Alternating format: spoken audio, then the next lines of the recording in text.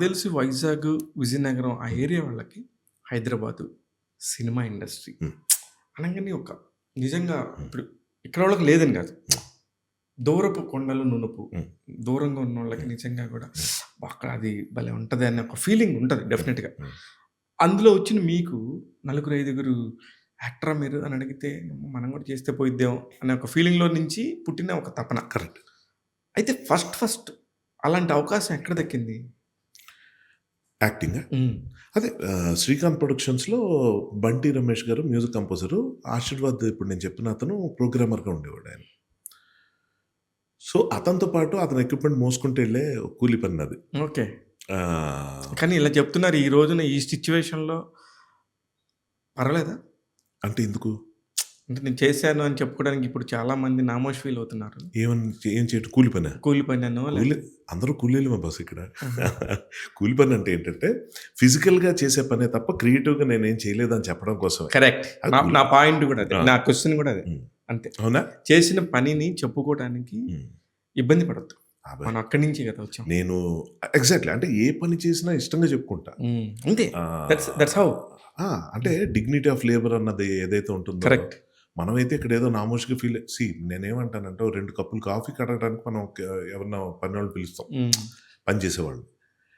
అదే విదేశాల్లో అయితే మొత్తం అన్నీ, మొత్తం అన్నీ వాళ్ళే కడుక్కుంటారు. సో కాల్డ్ బెస్ట్ లైఫ్ ఉన్న వాళ్ళందరూ. కరెక్ట్. అది తప్పు, తక్కువ అని ఎందుకు అనుకుంటాం? అంటే ఇవన్నీ చూసొచ్చిన తర్వాత. ఈ హ్మ్. కూలి పని అంటే నా ఉద్దేశ్యం ఏంటంటే, ఇష్టంగా మనం చేసే కొన్ని పనులుంటాయి. హ్మ్. అంటే దానికి నేను చేయక్కర్లా. ఎవరినో అసిస్టెంట్‌ని పెట్టుకోవచ్చు. నేనొస్తా అంటే అంతే. అవి పట్టుకొని లోపలికెళ్ళొచ్చు. వెళ్ళొచ్చు. ఆ నెపాన్ని లోపల ఉండిపోవచ్చు అన్నది పాయింట్. కరెక్ట్. లేకపోతే ఆశీర్వాద్‌కి ఏ ప్రాబ్లమ్ ఉండకపోవచ్చు. కానీ అక్కడున్న డైరెక్టర్స్ ఆళ్ళు ఎవరు వీడు ఏ పని చేయకుండా ఎందుకు పక్కన కూర్చున్నాడు? లేదు లేదు ఈ కేబుల్స్ అని కనెక్ట్ చేసేది వాడే అని. అది అయిపోయింది కదా అనుకోరు. ఆహా! ఉండాలి కదా అనుకుంటారు. సో, బేసిక్‌గా ఇంత ఆలోచన ఉండుంటుంది అంటే లోపల. బట్ బయటికలా. సో, అలా నేను ఎంటర్ అయినప్పుడు అక్కడ ఎక్కడికెళ్ళినా ఇదే అడుగుతుండేవారు. మీరు యాక్టరా? కాదండి. తర్వాత ఒకతను ఆయన 'శౌరి' గారని రైటర్ 'రుద్రగాలు', 'కస్తూరి' వాటికి చాలా శ్రీకాంత్ ప్రొడక్షన్స్‌లో ఆయన అప్పట్లో స్టాండర్డ్ రైటర్. ఆయన ఇలాగ అడుగుతూ రాజుగారు అని పిలిచేవాళ్ళం మేము. హ్మ్. నన్ను రాజుగారు. పిలిస్తే ఆయనన్నారు, "బాబు నువ్వు యాక్టింగ్ చేస్తావా" అని. అంటే లేదండి. చేస్తావా అని అడుగుతున్నా. హ్మ్. హ్మ్. యాక్టర్‌వా అనలా. యాక్టింగ్ ఇష్టమా? నాకేమి రాదు. మాటలే సరిగ్గా వచ్చేవి కాదు. స్టామరింగ్ ఉండేది. ఒక టైప్ ఆఫ్ అదొక ఫేజ్ నాది.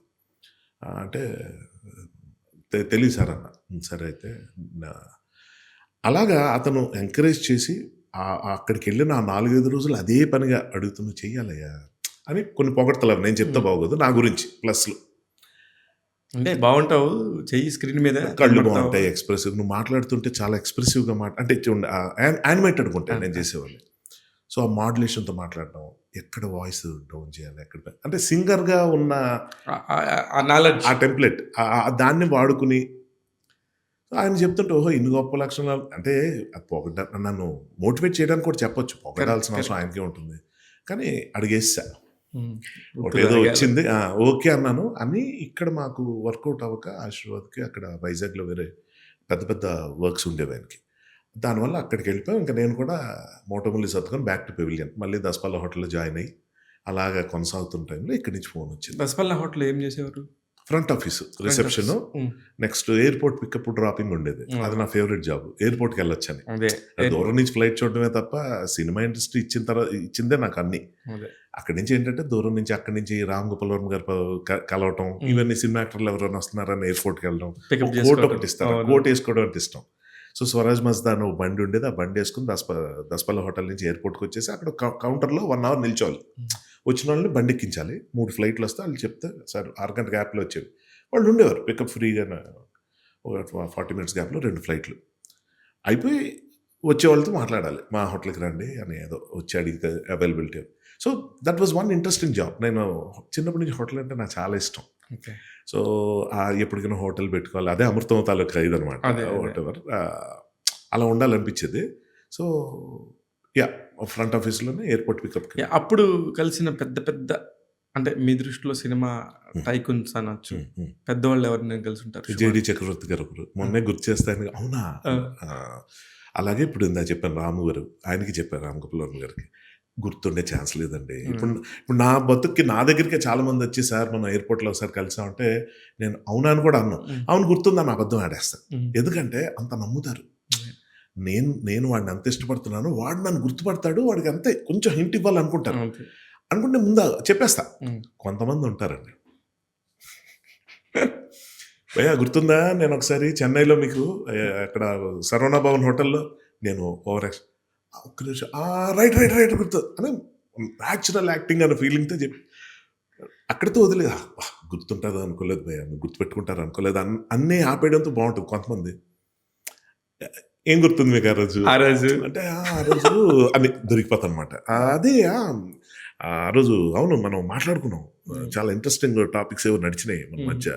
ఐ థింక్ అబౌట్ నా యాక్టింగ్ గురించి మీరు చాలా మెచ్చుకున్నారు. కరెక్ట్, ఈ చీకట్ల ఆబ్వియస్గా తప్ప ఇంకేముంటుంది. అయితే మళ్ళీ అలాగా చాలా మొమాటం పోయి ఇరుక్కును కూడా ఉన్నాయి. కొంతమంది ఒక స్థాయికి వెళ్ళిన తర్వాత ఇంకా లాగుతుంటే మీరు చెప్పండి ఎక్కడ ఏంటి ఇది ఎక్కడైనా స్కూల్ ఫ్రెండ్స్ అని చెప్పుకునే వాళ్ళ దగ్గర వస్తుంది. వాడు నా సెక్షన్ కాదు, స్కూల్లో ఉన్నప్పుడు ఈ రోజు పలకరించిన పాపను పోలేదు, వాడు వచ్చి నీ క్లాస్మేట్ అని చెప్తాడు. నేను గుర్తుంది రైట్, ఫుల్ నేమ్ ఏంటి నీది అంటే శ్రీనివాస్ కుమార్ ఏదో చెప్పాడు అనుకుందా. అది కుమార్ అని పిలిచేవాడు నేను. అని మేనేజ్ చేసేవాడిని. ఆడు కూడా ఒప్పేసుకునేవాడు. ఎందుకు ఇది ఇంకా యాక్చువల్గా వాడికి ఒక మంచి ఫెసిలిటీ ఇస్తున్నాడు కదా, చూసావా.